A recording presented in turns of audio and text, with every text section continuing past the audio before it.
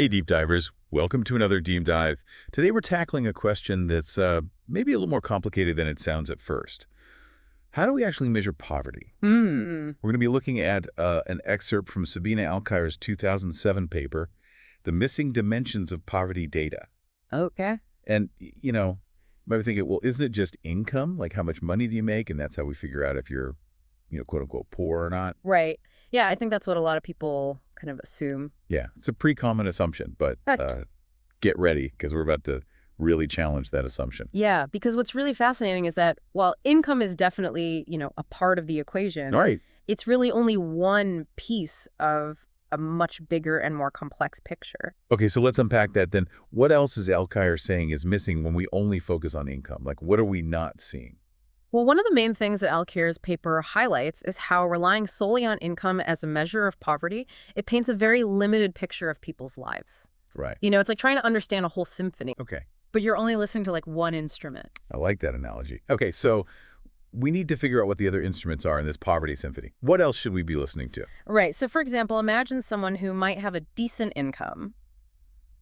On paper, they look like they're doing okay, Okay. but they lack access to quality health care. Ah, Or maybe they live in a really unsafe neighborhood. yeah. So in those cases, their income alone wouldn't really tell you the whole story about their well-being, would it? No, it really wouldn't. You're Yeah. right. It makes you think about all those other factors, all the things that actually contribute to having a good life. Exactly. And that's where this idea of Amartya Sen's capability approach comes in. Okay. Alkire's paper draws on this approach, and it's really about shifting the focus away from just simply what people have Okay. to what they're actually able to do and to be. So it's less about how much money do you make and more about what are you able to achieve in your life even if you don't have a lot of money. Exactly. It's about understanding a person's ability to live a life that they value, Okay. even if they don't have, a lot of material wealth. That makes a lot of sense. But how do we actually measure these capabilities? Yeah. It seems a lot more complex than just looking at someone's bank statement. Yeah, absolutely. It is more complex. And that's kind of the point. Okay.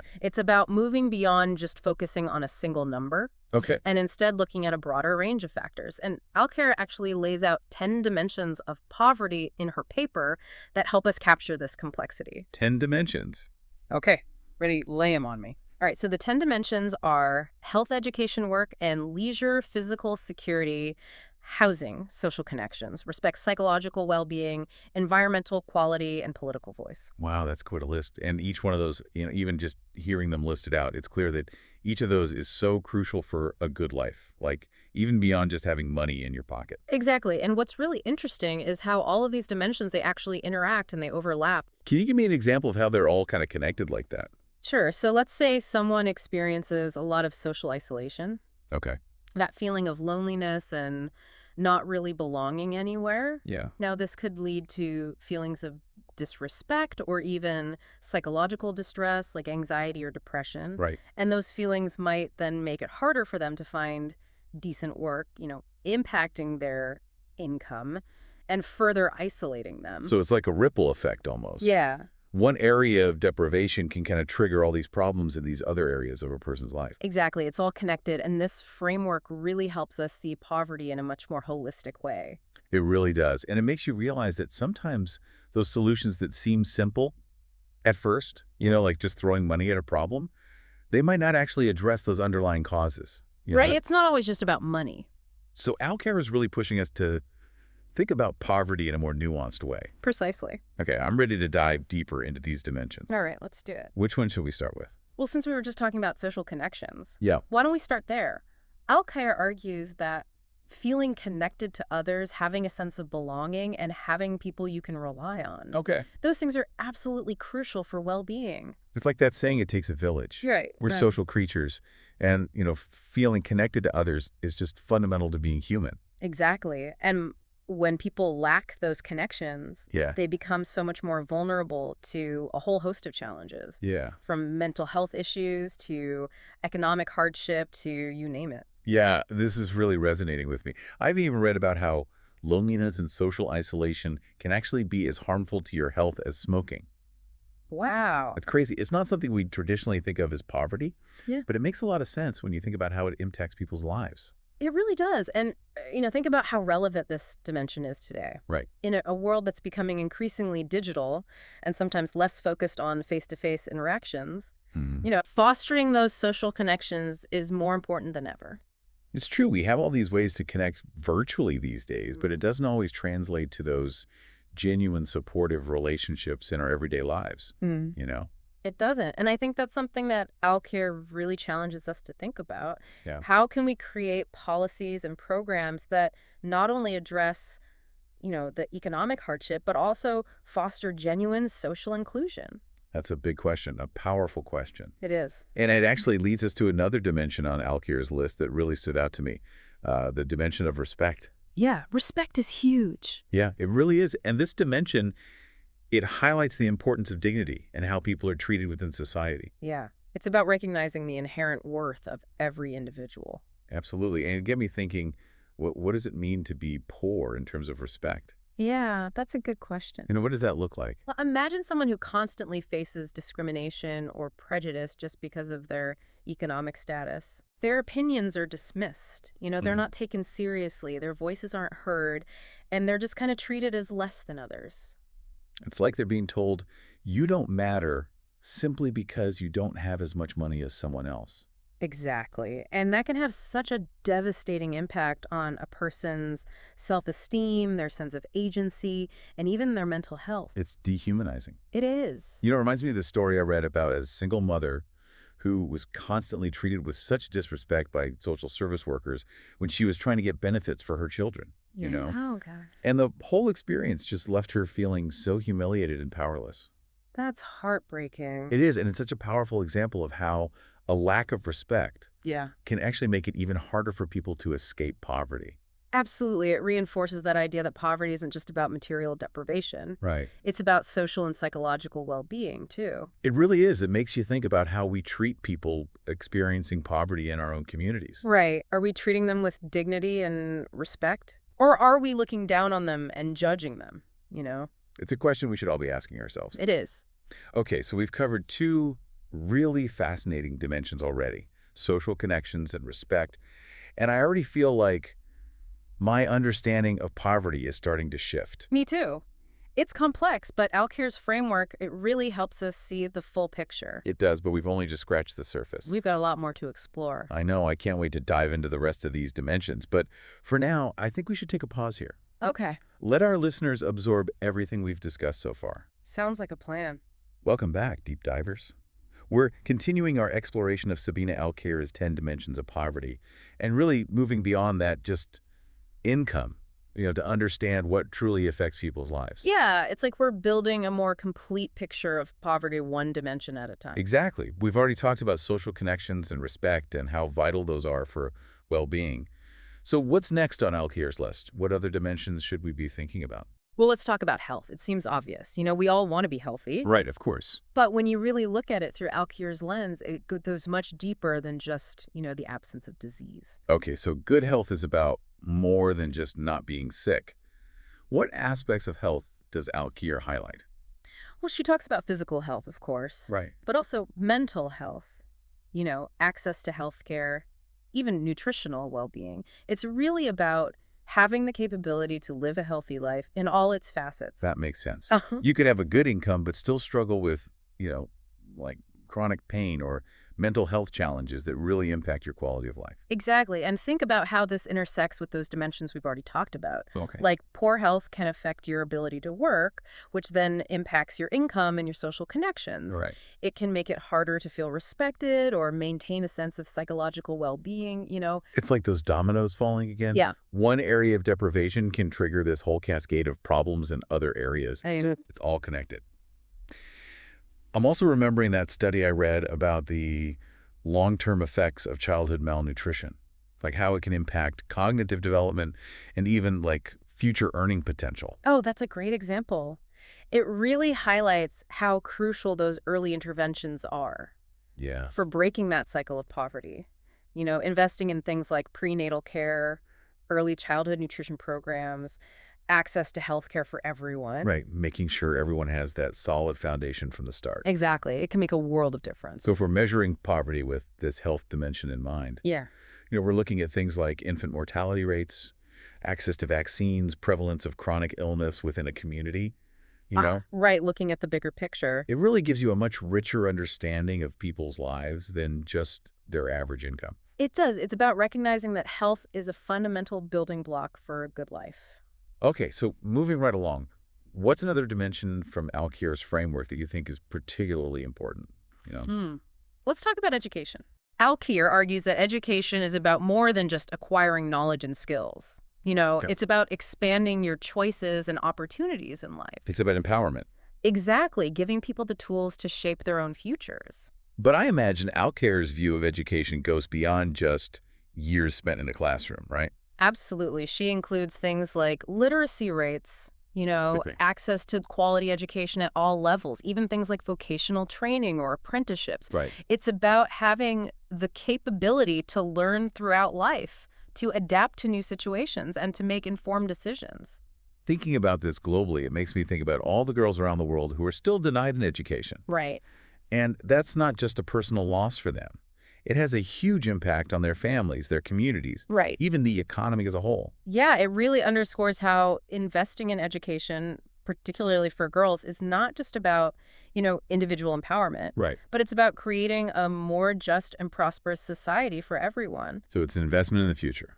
It is. Okay, so we've covered health. We've covered education 2, down 8 to go. We're making progress. We are. I know we can't do a deep dive on every single one of these dimensions, Okay. but what else from Alkire's list really stands out to you? Well, the dimensions of work and leisure are really interesting to consider together. Okay.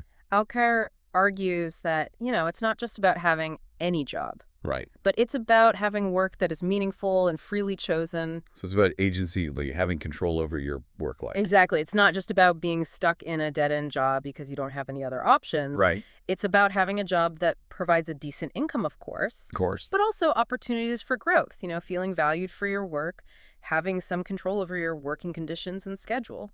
It makes you think about the concept of work-life balance, too. Yeah. Having time for leisure, for family, for personal pursuits.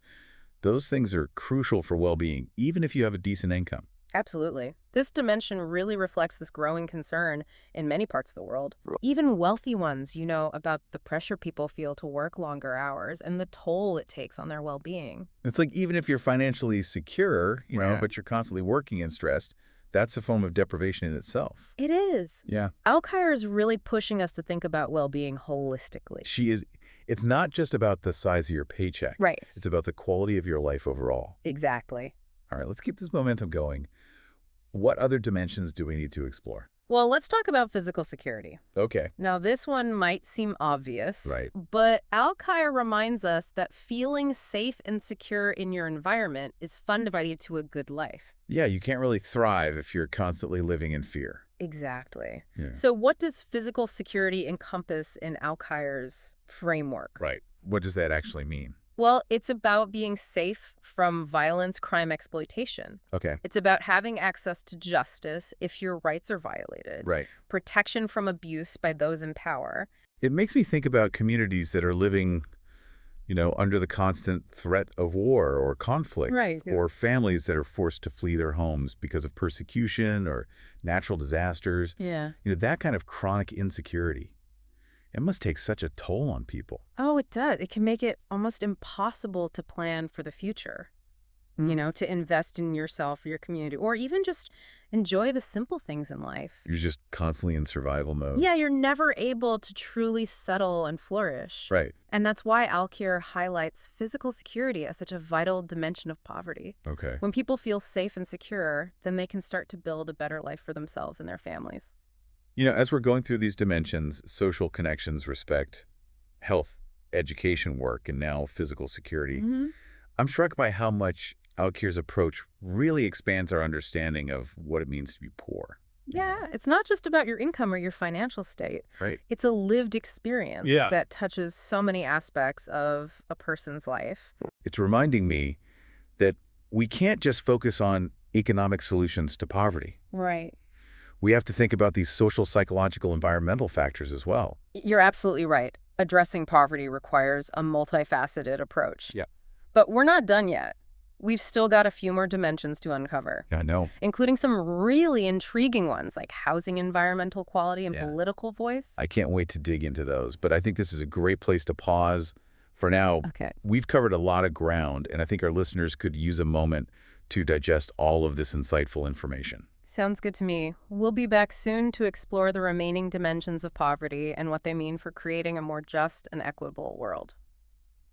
Welcome back, Deep Divers. We're wrapping up our exploration of Sabina Alkire's 10 Dimensions of Poverty, and I got to say my perspective has really shifted, like, quite a bit. It's been a fascinating journey, hasn't it, through this complex issue, and we've still got a few more dimensions to uncover before we wrap up. Right, we've already talked about social connections, respect, health education work, and leisure, and physical security. Right, a lot of ground covered. Yeah, we have. I'm really eager to hear about the rest of the dimensions on Alkire's list. Where do we go from here? Well, let's talk about housing. Okay. Now, this one might seem pretty straightforward at first. Right, everyone needs a place to live. Exactly. But Alkire's approach, it goes beyond just having a roof over your head, you know? Okay, so I'm guessing she's considering more than just the physical structure of a house, right? What else does she bring into the equation? Yeah, she includes things like affordability, Okay. security of tenure, meaning you're not constantly at risk of being evicted, Right. and access to basic services like clean water and sanitation. Okay. Even the quality of the surrounding environment is considered. So it's really about having a place where you can truly feel at home, Exactly. not just a place to sleep, a place where you can raise a family and, feel safe and secure. It's about having that sense of stability and belonging.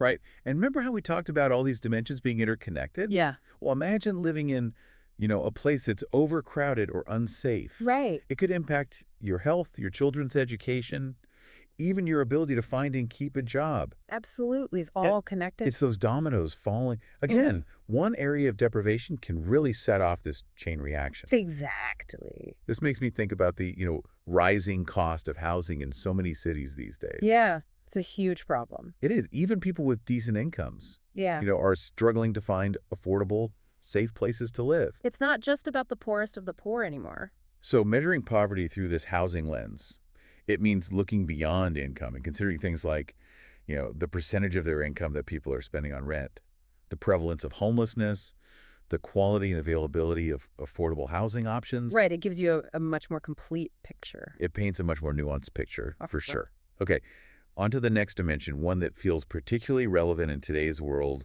environmental quality. Yeah, this is a fascinating one. It is. Because it highlights how poverty isn't just about, individual circumstances. It's also about the context in which people live and the systems that surround them. It's that bigger picture again, right? You could have a good job and a stable home, but still be negatively impacted by living in a polluted environment or an area that's, high risk for natural disaster. Exactly. Your well-being is still at risk. So what kinds of things does Alkire include in this dimension of environmental quality? Well, she includes things like access to clean water and sanitation, of course, Okay. exposure to air and water pollution, vulnerability to climate change. It's really about recognizing that everyone has a right to live in a healthy and sustainable environment. Absolutely. And this dimension is even more crucial when you consider vulnerable populations who often bear the brunt of environmental problems, Right. They often have the fewest resources to cope. Exactly. I'm thinking about communities that are situated near polluting industries or those who live in areas that are, facing rising sea levels or severe drought. Yeah, those are powerful examples. They might not have the resources to relocate or to adequately protect themselves. And it really underscores the need for a more holistic approach to development, one that takes both economic and environmental factors into account. Sustainability and social justice really do go hand in hand. They do. Okay, we've reached the final dimension on Alkire's list, and it's a big one, political voice. This one is so important. It is. It really gets to the heart of, empowerment and agency. It does. It's about having the ability to participate in decisions that directly affect your life, Right, having a say. to hold those in power accountable, and to advocate for your rights and your needs. Exactly. It's about having a seat at the table, making sure your voice is heard and being able to actually influence the systems that shape your life. So what does this look like, in practice? What kinds of things are we talking about when we say political voice? Well, Alkire includes things like freedom of speech, the right to vote, access to information, and the ability to organize and participate in civil society. It makes me think about communities that are marginalized or excluded from the political process, you know. Yeah, they're often left out of the conversation.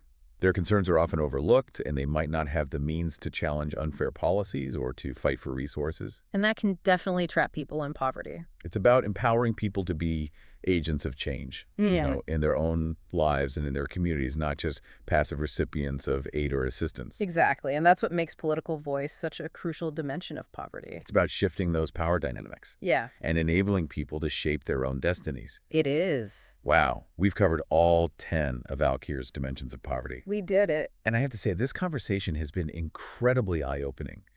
It feels like we've gone from this flat, two-dimensional understanding of poverty to a much more nuanced and multifaceted view. I agree. It's about seeing the whole picture. It really is. So as we wrap up this deep dive, I want to leave our listeners with a question to ponder. Okay, I like it. If you were designing a poverty reduction program, what specific dimension from Alkire's framework would you prioritize and why?